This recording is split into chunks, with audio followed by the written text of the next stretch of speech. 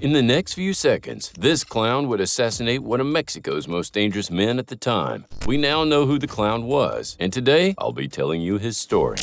Shady beginnings.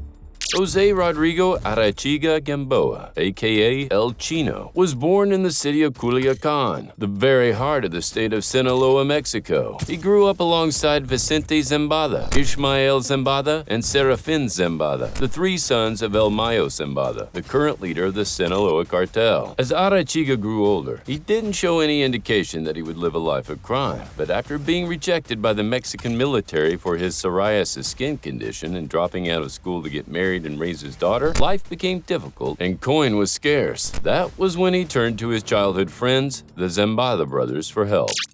A new chapter.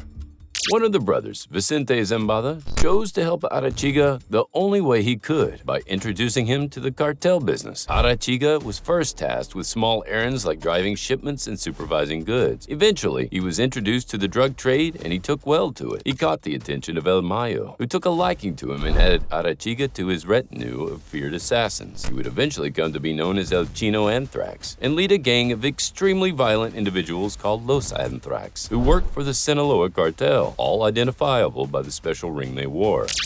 Social media influencer.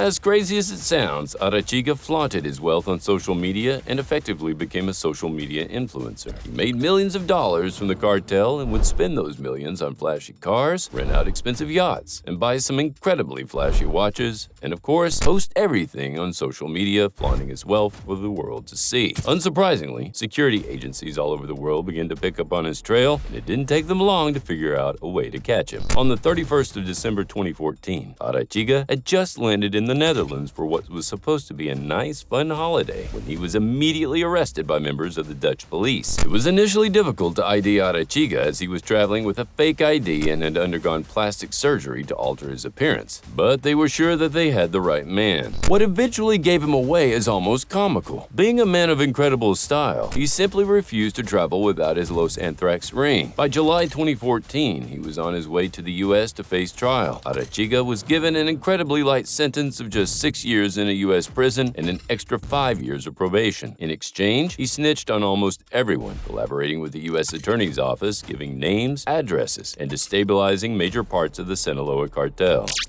The ultimate end.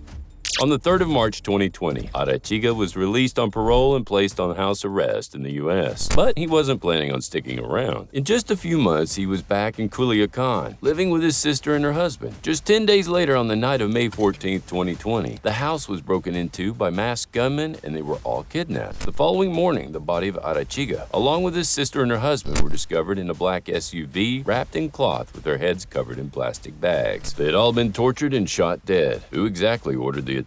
Some say it was rival gang members taking revenge for his many assassinations. Others say it was El Mayo himself. Let's not forget that for months after his murder, there were no reprisals, no reactions or revenge for the assassination of one of the Sinaloa Cartel's former top sicarios. Thanks for watching, and don't forget to subscribe.